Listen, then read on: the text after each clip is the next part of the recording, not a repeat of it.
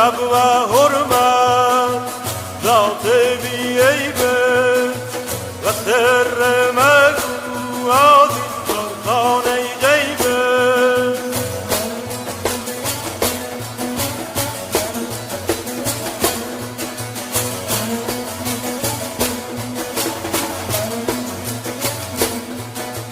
قلبی عطا کرد پاره پاره بود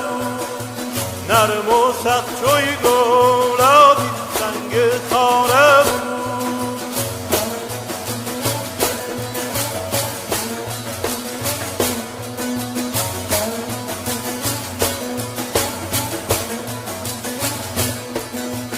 قلبی که میلی ورید و راز دایما مشغول سوز و گداز بود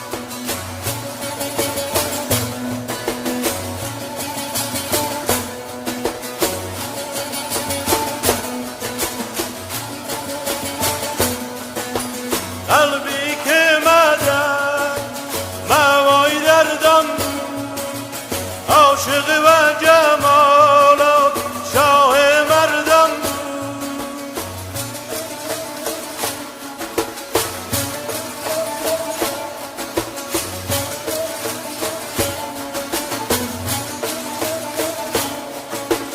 قلبی به دربی پسندی ویت بود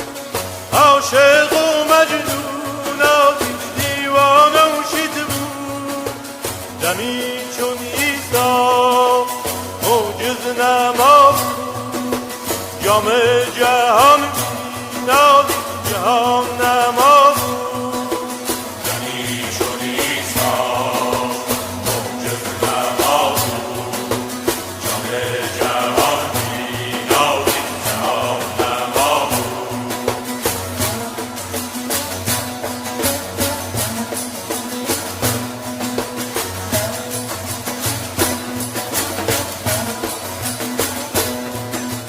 قلبی که مدد موای دردان بود عاشق و جمالات شاه مردان بود